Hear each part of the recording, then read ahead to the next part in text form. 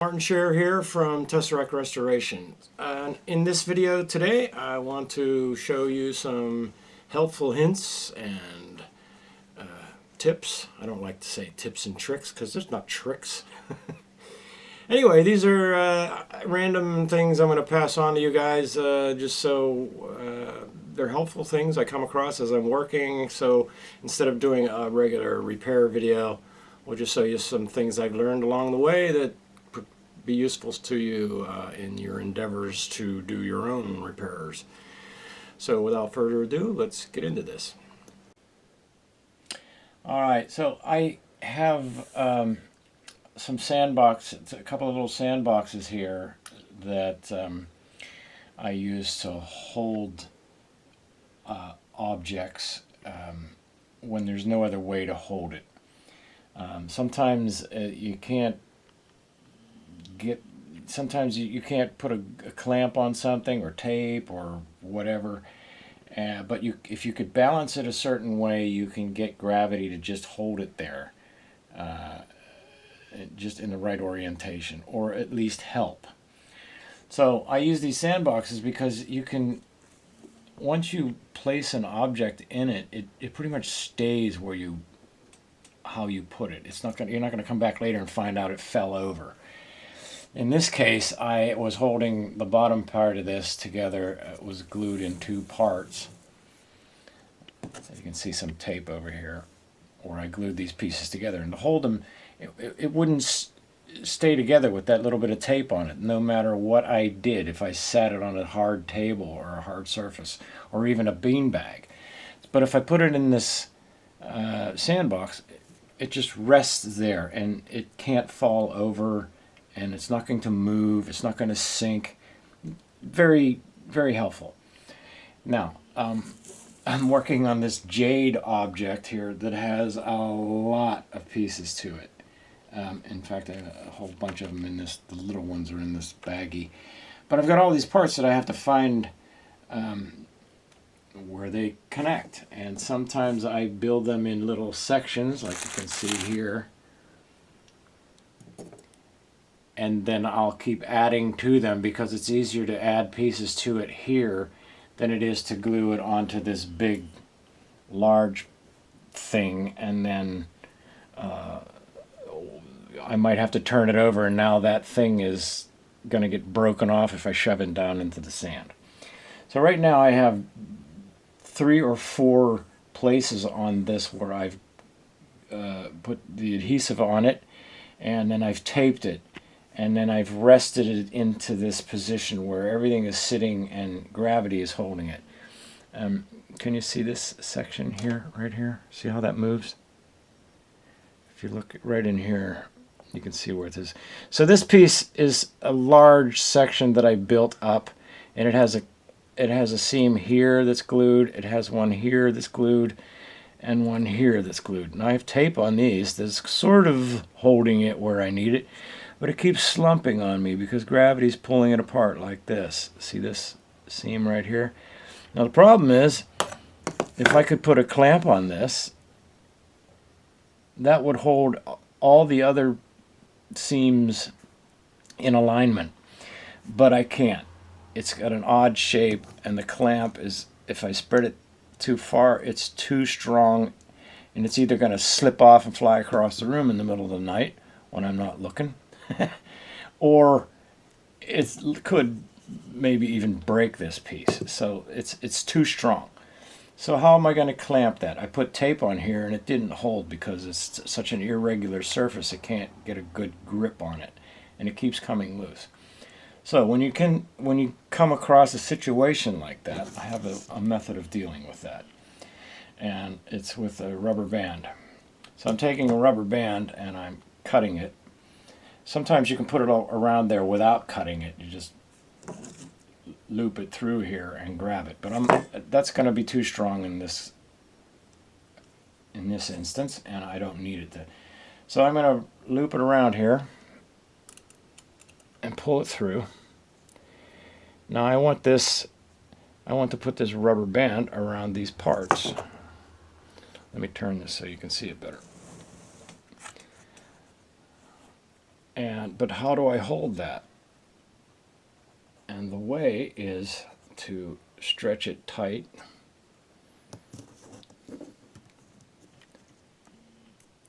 and put a clamp on it.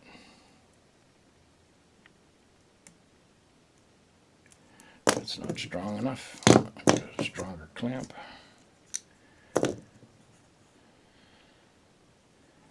So I want to pull this tight. Reach in here with my clamp. And now that's going to hold that together for me. Okay.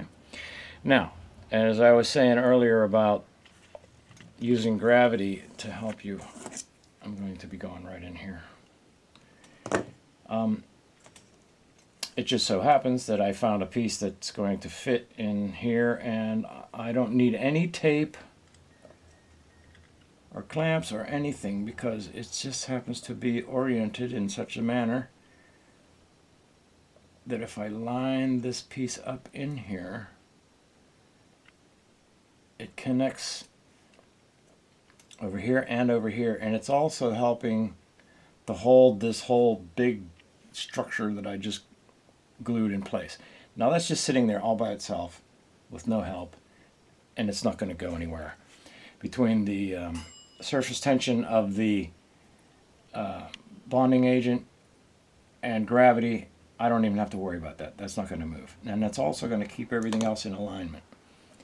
So there are a couple of methods I just wanted to show you of how to hold things.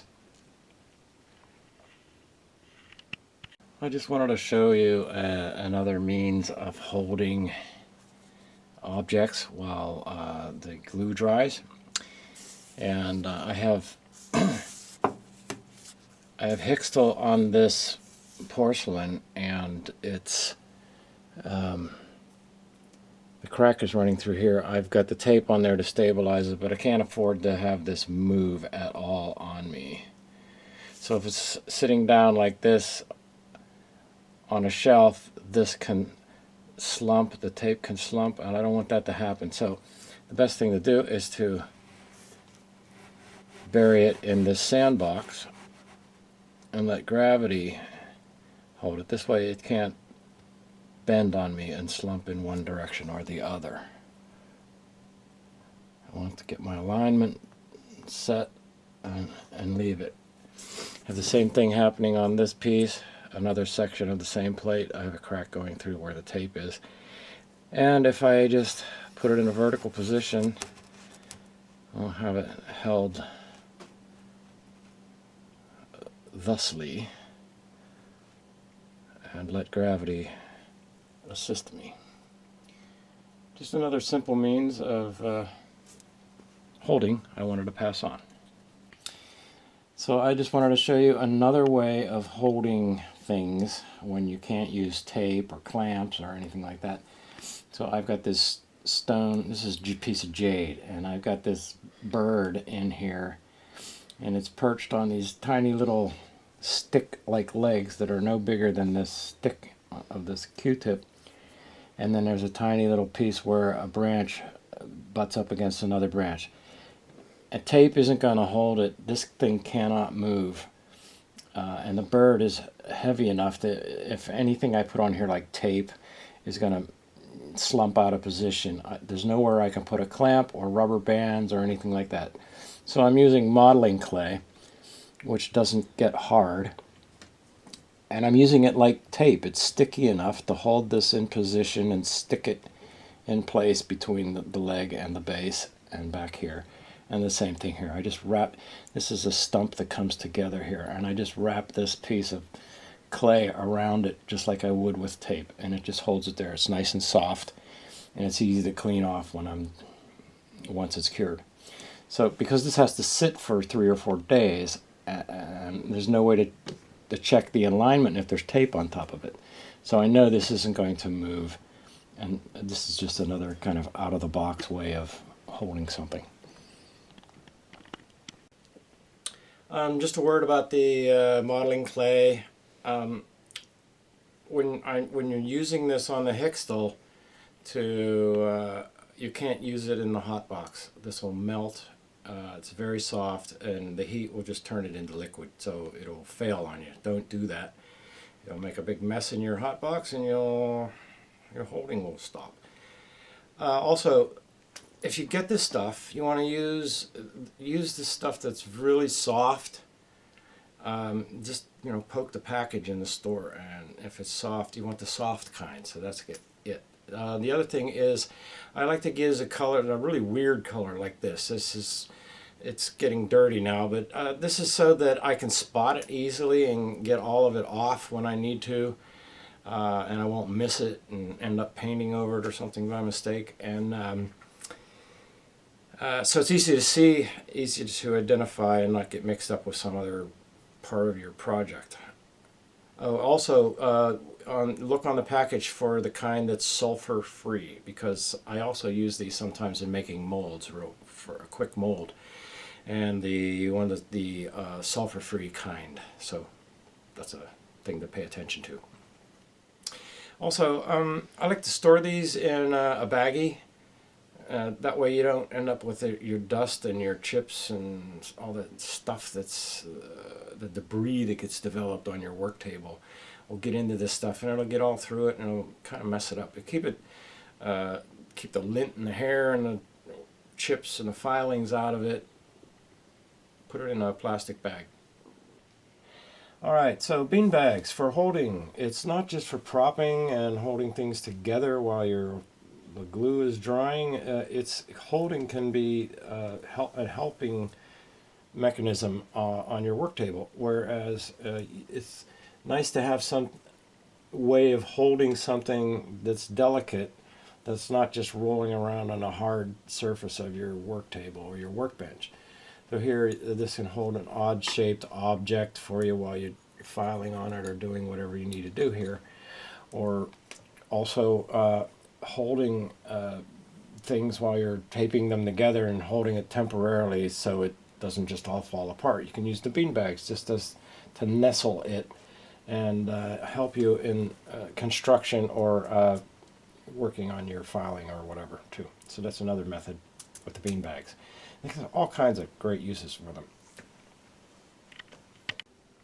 Okay, speaking of bean bags, here's another one where I have a glass elephant in here where I'm repairing it, and I have some fills down here. It's very difficult to fill those chips and keep that level, so I had to rig this thing up. So what I have is a carpenter's clamp with a rag stuffed in it, and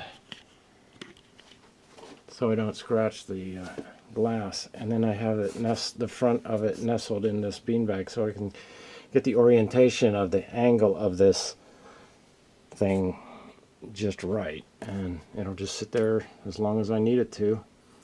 And this makes a nice soft, scratch-free means of holding this while the glue does its work.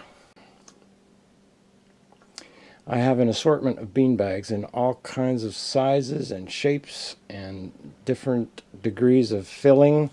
Some have more fill in them than others. If you put less fill in it, you can shape them more in interesting ways and do things with them that you couldn't do if it was more densely packed. They are filled with all kinds of different things, everything from plastic pellets to beans or rice or aquarium stones. There are all kinds of things you can put in them. I don't recommend sand for these kind of things. These are all homemade. I don't buy them. We make them ourselves. And flannel's a good covering to use. It's nice and soft and it won't scratch things. Linen's also good. You need something that's going to be dense, densely woven and soft. So denim is a good one sometimes. And I have some really large bean bags too. So they're all kinds of sizes and shapes. And you just kind of make them as you need them. You'll get a collection soon enough. All right, so let's talk about tape for a minute here. This as another holding mechanism. You don't need any special gee whiz kind of tape to do any of this stuff. I generally use masking tape for most of it.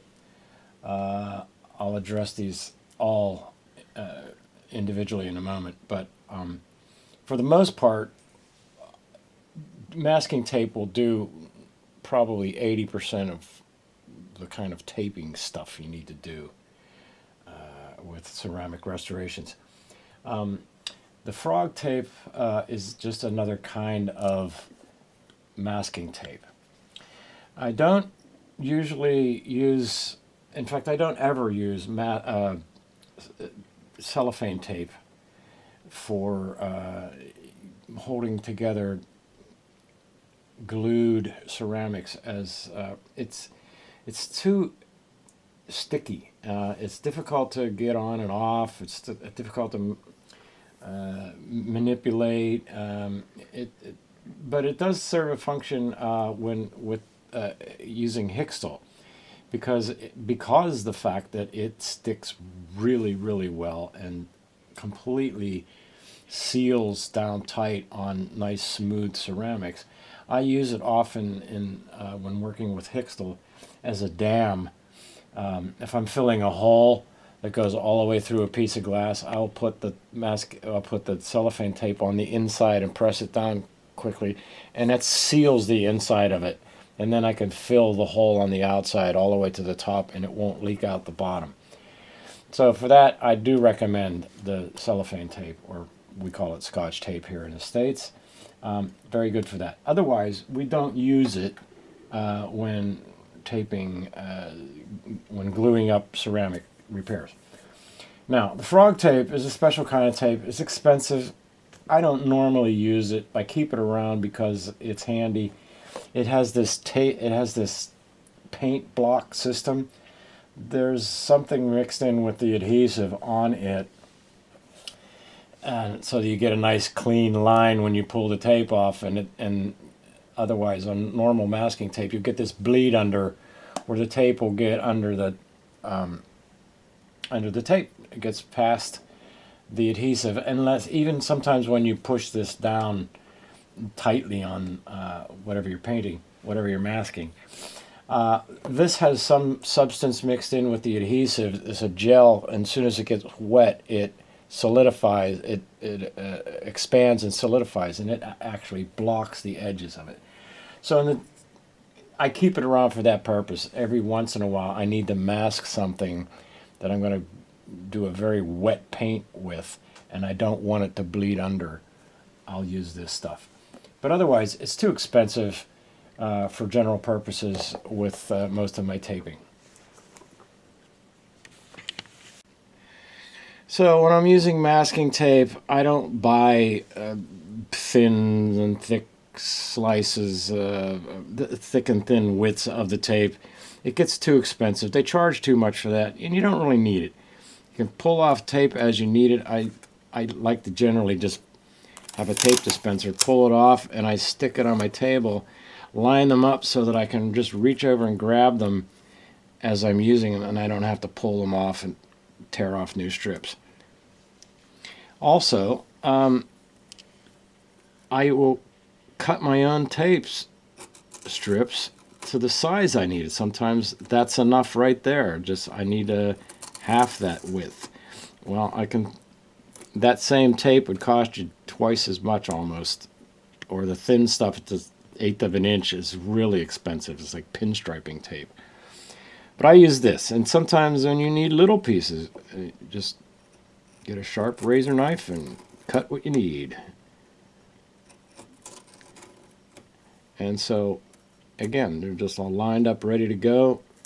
When I need them, I separate these because they tend to stick together when they're fresh off the roll. Separate them so they don't stick together. All right. So that's make what you need as you need it, and as you use it up, you'll line this up again and slice some more. Okay, so just as a reminder, you've seen me do this many times in my builds. And masking tape is amazing how strong it can be. If I would put my adhesive on this,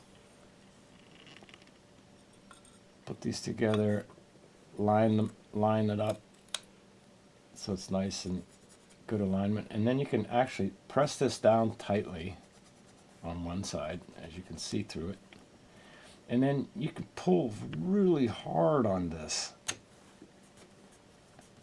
and tape that down. I'll go around to the other side. I'll get a smaller piece.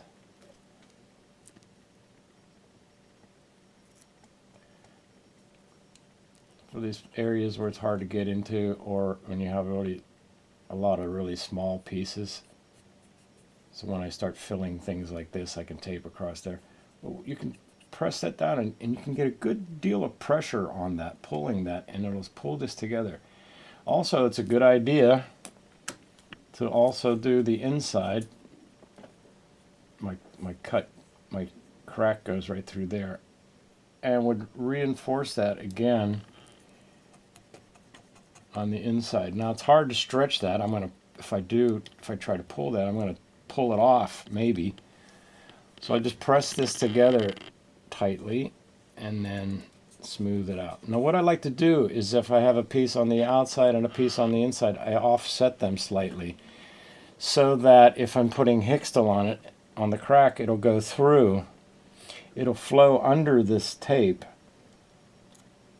most of the time. Sometimes it won't go under the tape, and so you'll have Hixtol here and here, but not there. But then when you're doing the other side of it, it'll go through where your tape is offset. So if I put it here, it's actually under the tape on the other side, and so it'll go through. And then if not, the next day after it's been in the hot box, it's solid enough that I could take the tape off, clean off the Hixtol that gets under the tape will get into the adhesive here, and when this pulls off, it'll leave a little bit of adhesive mixed with the Hixtol on this ceramic, and we just scrape it off with a razor blade, and then you can reapply it where it didn't go through before.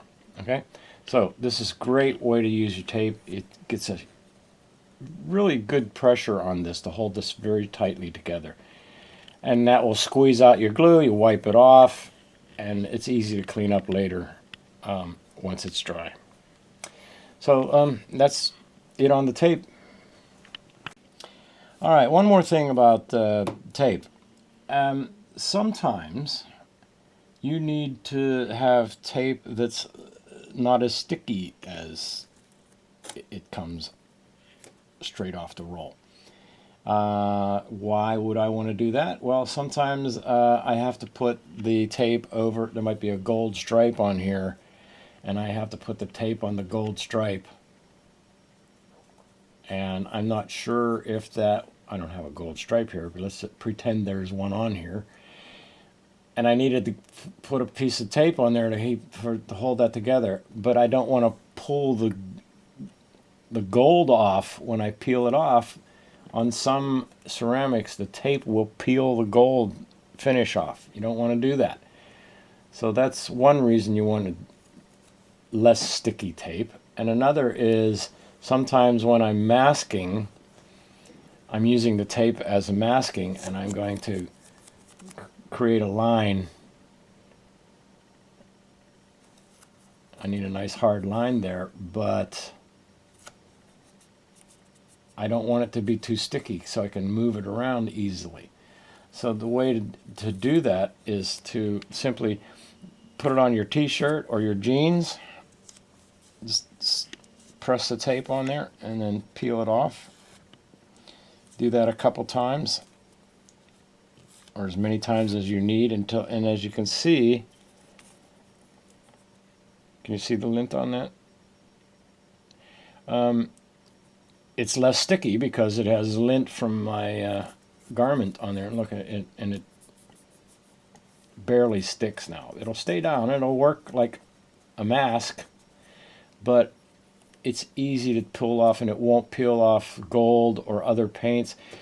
You know, I've had requests about where do I get this tape that is not so sticky, and you don't get it, you make it. So that's a handy point to do with all your tapes. Will do that. Sometimes you just need it to be a little less sticky, and that's a great way to do it. You can put on your bean bag. This is flannel, so one time, and that's pulling off a huge amount of lint on there, and it's practically fallen off. I mean, you know. So that's a great tip right there. Well, I hope you found that helpful, maybe something useful in there. If you have any other ideas for videos you'd like to see from me, let me know in the comments. Thanks.